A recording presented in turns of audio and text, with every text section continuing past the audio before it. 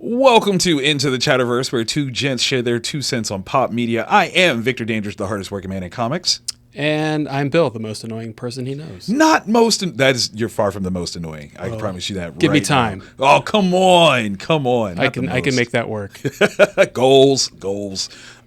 We are back with a brand new episode, and this kind of has the core of why we wanted to do this. We're not necessarily ready to reveal the origin story just yet, but know that we have a background and a love for the comic book medium. So this kind of is geared towards that. And ironically, it's a little bit more of a complaint sort of episode, where I think personally that comic book covers today are falling short of what they used to be. They're not the enticing first taste of an issue. They are generally, maybe if you're lucky, nice illustrations, but they're kind of missing the mark on being an enticing material that gets people to want to pick up books. And I think that has a big carryover in terms of the failing readership, how comic shops themselves aren't thriving. And I kind of want to talk about that. So let's jump in. Can you remember your first standout comic cover that sticks out to you? It would probably be anything that was like Justice League with the Justice Society. Okay. Because, you'd have them both on there. Right. And then there was all the idea of them coming at each other type thing. Oh, those are classic. Yeah. But back then, it wasn't the comic book cover that got me. It was basically who was in it. Right. And what the story was. Right. But I remember talking to you about this about a month and a half ago. Yep. And I just said, look at all these covers. Does anything stick out to you? Right. And they all look the same for the most part. Yes. And that's such an interesting place for what is supposed to be a very diverse and graphically oriented, medium, that all the covers are just kind of like, okay. And okay, so when you're talking about the Justice Society, Justice League ones, is this, we'll say, during the direct market or more newsstand style stuff? Well, I mean, the newsstand is where I got my comic books. Of course. That's where I got most of mine at the beginning too. It was the revolving rack. Yep. At the local pharmacy. Yep. Yeah, I mean, I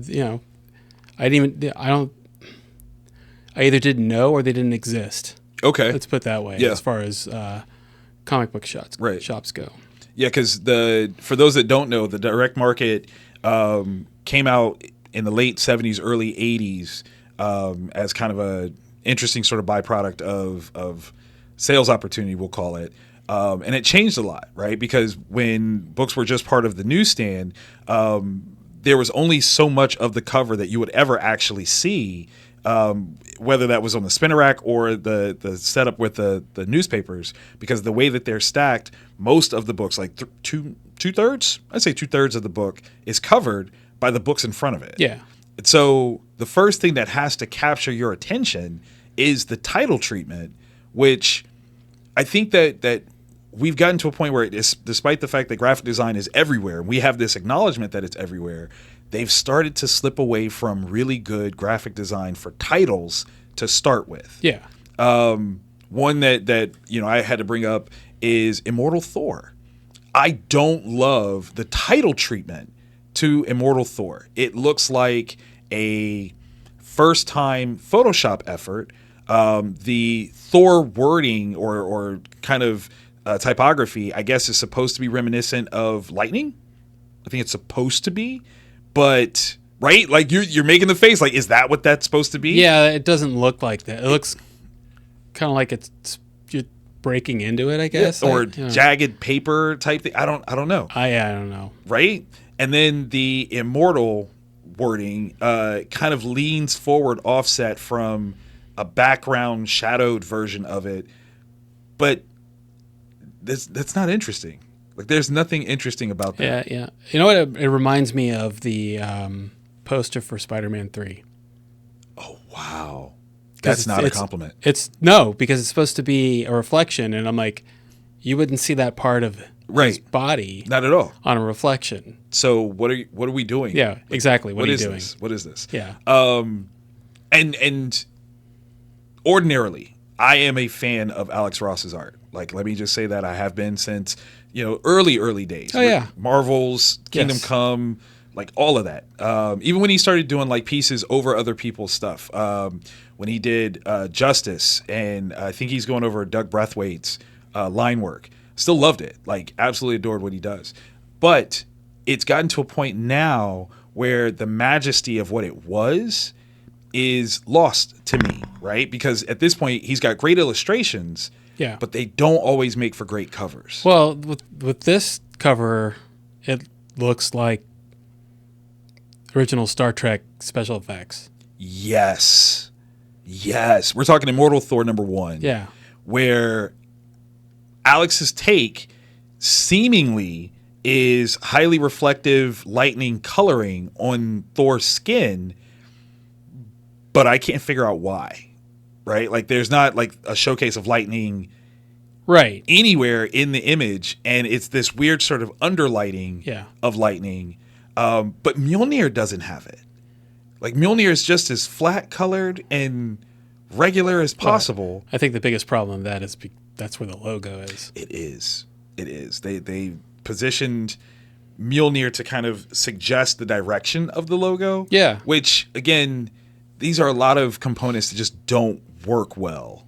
And again, when you're talking about a guy as prolific as Alex Ross, that shouldn't be a conversation that you have in terms of something not working. Like, not at all. We also saw the industry kind of have a collective conniption with the reveal of a late variant cover from John Cassidy for a recent X-Force issue, where it's showcasing Beast and Wolverine, and it is far from his most flattering drawing. Far from it. I'm willing, very, very willing, to give any sort of allowance or credence to the fact that maybe there was a time constraint. Maybe like an editor called him up and was like, I need you to do this for tomorrow. And he whipped out something, he signed it and sent it over, and what it is what it is. But once it was revealed in like a preview style like showcase and the internet lost their mind, there was time to change it. Like, plenty of time to change it. Well, I mean, that sounds like Sonic the Hedgehog when there was an outcry of what it looked like. Yes. And they went back and changed it before the movie came out. That was a smart move. Yeah. Like, they made it better. Yeah. Like, and that's not even like just a personal choice thing. It was truly awful in comparison. Like, I'm not even saying that, what they have is just so spot on. Well, you're not even talking about your opinion. You're talking about the opinion of many people. Right. And that much backlash could keep people from going to buy that comic book. Absolutely. That's not ideal. Not at all. Like, how many people bought it ironically to be able to laugh and say, I have that cover, and that's not where we need to be as an industry. What's the cover price on that? At least $4, $5. I mean, that's a big investment for. Yeah. And are you really going to like hold on to that and make sure it's in mint condition? No. For the rest of time when not everyone's at like, all. Wow, that's the most disgusting looking cover I've ever seen. I must have it. I must have it. It must be mine. No, and I think that's kind of like to that point, like where are we going when it comes to the design aspects of comics, particularly when we're having this conversation of it losing market share and foothold to other far better graphically designed pieces. When you're looking at manga and the cover art is thoughtfully designed from front, back, and spine, what are we doing with American comics to at least match that energy of what we want you to invest in? And I think we used to do it. Like there are great covers that, off the top of our heads we can think about that are exemplary of great design and illustration that makes the cover worth having, or makes the book worth having. Yeah. What's one for you? What's one that's it's Crisis 7. Crisis? Oh, the classic. Yeah. Superman carrying Supergirl. Yeah. She's fallen. Yeah. Like, and this is an easy masterclass of focal point, right? Mm-hmm. So you've got the coloring of Superman and Supergirl being very dynamic versus the washed out colors of everyone else in the background, despite all the figures. I almost feel bad for George having to draw all those figures and then they just kind of get lost in the coloring. Yeah. But that kind of is the point. Like everyone's witnessing this horrible moment. Superman's broken. You get it. It's perfect. It's up there with like the Neil Adams Superman Breaking the Chains cover. Absolutely iconic. Everything works. The cover, the logo placement, the characters over top of it, all of it works. I think that is a great one. We don't have that. At best, we get like a bunch of homages to that, but not enough. You know, I would also say Days of Future Past. I can't think of what X-Men book that is, but the one where it's Logan. With the wanted posters. Yeah. Again, iconic, huge bit of storytelling. Right. Not just a great illustration, but there's a lot of story that's being told there. Absolutely fantastic. Well, you know, we've mentioned George Perez and now John Byrne. Yeah. Two of the best. Yeah. And I would, you know, and George Perez was my guy. Yeah. And I really like John Byrne. My thing about John Byrne, though, is that he can do 5 books in a month. Yeah. And now, one of those books he's just writing. Sure. And one of those books he's just doing the pencils. But there's 2 of the books he's probably writing. And penciling. And one of them probably doing inking. all that, throw in the inking as well. Yep. So, I mean, he probably, as far as pumping out very good content, some, you know, the stuff with in Uncanny X-Men, because of Terry Austin, to me, Terry Austin was the perfect inker for John Byrne. He was amazing. Though I do enjoy John's artwork outside of that as well. But I think with Terry Austin, I think, you know, when you get the right inker with a penciler, it just pops. It's magic. It's absolute magic. Because there's a synchronicity. One that could have been a better cover if, right? Uncanny X-Men 300 has the foil background with a bunch of, you know, shimmering, shining X's, and it's John Romita Jr. in his far more boxy style. Yeah. I think this is kind of where this was really kind of starting to play up a bit, where he did it on Daredevil. He brought it to this. Everything is really, really square. But the design of the actual figures on it don't matter. Like it's not in perspective. It doesn't look great. Well, the background it's overbearing. Yes, and you know that may not be him. He may have drawn something completely different, and they just went whap. We're just gonna put this together like this. Yeah. Well, I mean, because like looking at it, you've got this weird overlap of Bishop and Wolverine. Right? Yeah. I feel like at some point they're going to run into each other in some way, shape, or form if they haven't technically. Like they already. twisted up into each other. Right? Know? Yeah. Cyclops is shooting at the floor, I think. And I'm trying to figure out exactly how far back Jean is if Storm is flying towards us as she is. Jean might as well have just stayed at home. Like, maybe Jean is just really small. She's just really, it's a teeny tiny Jean. Yeah, it's, you know, bathed in PIM particles. Yes. But again, this one, you know, while I don't love the actual design of the cover, I love this book. Like, this is one of my favorite books, actually. Yeah. I remember, as I was telling you, I remember getting it from the Meyer over on Bryce Road. That's how like entrenched this particular issue is to me, and has one of my favorite Cyclops moments. How many times do you ever hear that? Yeah. Of him blasting through one of the Acolyte's hands is freaking amazing. But I don't think that this cover speaks to the coolness of what, you know, is in the issue. But again, it's the 90s. Issue 300, they are maybe aping a bit of what Spider-Man 300 did, which was that foil bit where you got the logo and you just have a character, which is what they did for Spider-Man. You can't really do that for the X-Men because it's always a team book. But still, you know. That the one with like a million spiders on it too? Yeah. Well, it wasn't just one character, was it? No. The million spiders were all X's. That's the equivalent of the X's. Well, but that was always the fun of the McFarlane Spider-Man. True. Was, you know, you're looking for the spider. Sometimes it's looking right at you. Sometimes you're like, wait, where? Oh, there it is. Oh. Upper left-hand corner. Creepy crawly. Silhouette. Creepy crawly. Yeah. One that you brought up, though, that I think is an amazing one is the Incredible Hulk 340. Yeah. That's a really, really good cover for non-obvious reasons, right? Like, it's an Incredible Hulk book. Main feature on that book is Wolverine. Right. That's huge, though. Again, But, I mean, heavily you see the Hulk homaged. in the blades. Absolutely. But also, it's Wolverine. It is Wolverine. Yeah. It is Wolverine. But that's another heavily homaged cover.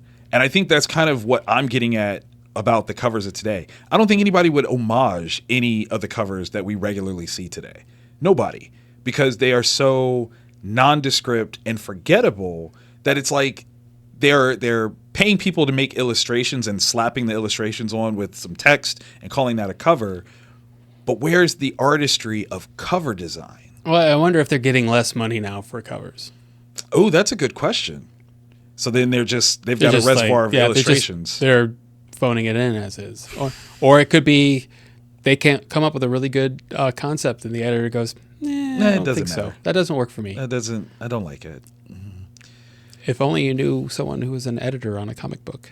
Oh, but I do. So you may want to ask this person. Oh, I'm totally going to ask this person. In fact, this is a perfect segue that this weekend I will be at MegaCon in Orlando, and one of the panels that I'm hosting will be about cover design. And I'm going to bring this up, because I think as practitioners, especially experts that are basically talking to the audience about what makes a great cover, let's talk about what makes bad ones, because I think we're seeing that a lot more. Okay, so how many people are on this panel? I believe it's 3, plus myself. Have you had any contact with them? Already? Yes. Let me refresh myself on who's all on this panel, because this actually got updated recently, so I have to literally remind myself of who is on this one. Let's see, I believe it is a Friday panel. Well, what I think you should do is you should ask them, in their opinion, what is their strongest and weakest cover. I love that idea. And then, there's normally a screen there. So that way we can bring it up? Yeah, you can go side by side. This is what you think is your weakest, and this is what you think is your strongest. What's the differences between them? Yeah, what's the difference? That's a really good one. And how do people feel about that? I'm going to tag you in to moderate this one for me instead. I'm just going to call you. Well, I'll be in Florida. Oh, well, then don't play. I'll just tag you in, period. This is what we'll do. Let's see. We've got... Okay, this is an interesting lineup. So we got Cully Hamner, John Jiang, and Tony Harris. So some good hitters when it comes to illustration for sure. Yeah.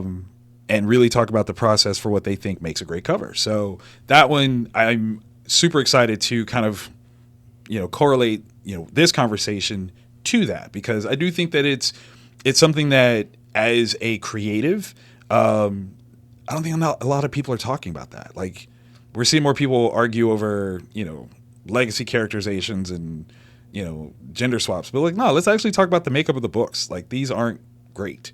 And what is the purpose of that? What is the reason for that? Yeah, the substance of a book is obviously very, very important. Yes. But, if you're not grabbing someone's attention outside of someone helping you, which how often does someone walk into a comic book shop or anywhere and go, I'm thinking about reading something new or doing something new. Can you point me in a direction? Yeah. That doesn't happen. That doesn't happen a lot. Right. It should happen a lot. Or, people should just go up to them and be like, so, what are you looking for? Right. And not necessarily who are you looking for, but what's the story that you're looking for? What's the thing that you want to get into? And one of the reasons I think that covers are so important is going back to the way they used to be shown. When you had a half to 2/3 that are covered, now it's you see the entire thing, and you look at it, and if your first impression is to go, I only have X amount of money to spend this week, right. or you happen to be on vacation like I was this past weekend, and I went into a shop and I looked around and to be honest with you, I don't remember anything as far as new stuff. There was reprints of old stuff right. that was there. That stands out. Mostly because I'm looking at it, I'm like, why is this out? But okay, it's a cheaper version right. of trying to buy the original. But these things are really important to grab people's attention. Exactly. And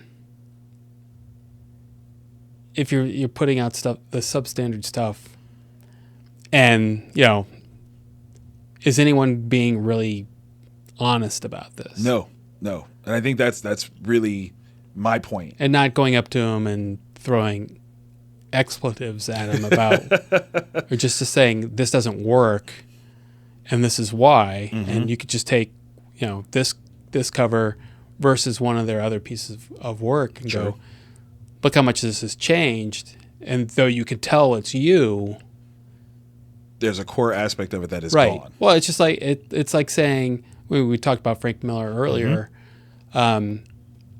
His Daredevil stuff is a lot different than his Ronin stuff. Very true.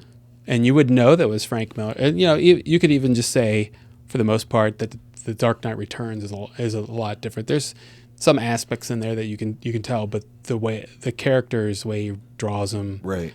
And Keith Giffen did the same thing within the same, well, not the same book, but when he was doing Legions of Superheroes, and then Crisis hit, and then he was doing Legion after that, right. And his artwork completely changed. I still liked it, even though he went total 9-panel on every page. Yeah, he did. And I remember one page, 8 of the panels were the exact same thing, and the ninth panel was like the person's eyes were different. So it was just like took a drawing, and then it was stat. Yeah, and then like just change the eyes. But I even that it made me chuckle at least. Right. But pointing out if this is your artwork now, okay. But if also if you're doing the cover and you're doing the interiors, you got to do something different. Yeah. Yeah. I do you give any allowance for artists getting to a place where they understand that it is not necessarily the practice craft that is making the piece valuable, but the fact that they did it. I call it the Picasso era, right? Where what's that story? Picasso was watching some young kids enjoy themselves at dinner. They were ordering bottles of wine and they're having a great time, just total revelry until the bill comes and they realize they don't have enough money for it. And he was just this old guy that happened to be in the bar watching them. And he goes over to the bar owner and he scribbles something on a napkin, gives it to the bar owner, and the bar owner's so happy. He's like, "Oh, this is wonderful. Your stuff is covered." And they're like, "What? We don't understand." And he's like, "Do you not know who that was?" And they're like, "No, it was some old dude." And he's like, "No, it was Picasso. And he just covered your meal." And they're like, "Oh, he paid it for it?" And he's like, "No, he drew something, like whatever, on a napkin. But because it was him who did it, it was like $9,000 worth of whatever." Yeah, but that's also different. That's philanthropy. True. As opposed to, where's the cash in my wallet? That is also true. But I mean, like, is there a place for that in comics where somebody could just do a cover and it's great because they did it? Well, I can see that. Yeah. But I also when you say things like that about, and maybe this is just the pessimist to me, when you say that about artists, then it's like they believe their own press clippings. Ooh, so that is true. That's how I took that. Okay. As opposed to your story about Picasso, which is a 180. Right. He's trying to do something nice for someone else. Now I can understand if say that John Byrne's trying to do something nice for Carmen Infantino, towards the end, and he's like, "I'm going to do a cover for you," or whoever, right? That kind of stuff. I understand that, but he's still getting paid for it, right? He's not, and he's not. It's not like he's going, "Well, just pay me whatever the going rate is," because I think the going rate is the going rate, regardless, Gotcha. Unless I may be completely wrong on that, but I always thought that there was just like, as far as covers go, there was a going rate. And there used to be, but I think it has changed over the years. I know of artists that charge a different rate to do covers than they do interior pages. Okay. And, I do think that's something that has changed over the last 30 years of comic creators becoming more famous and whatnot. So, and they've got to get theirs when they can get theirs. True, too. true.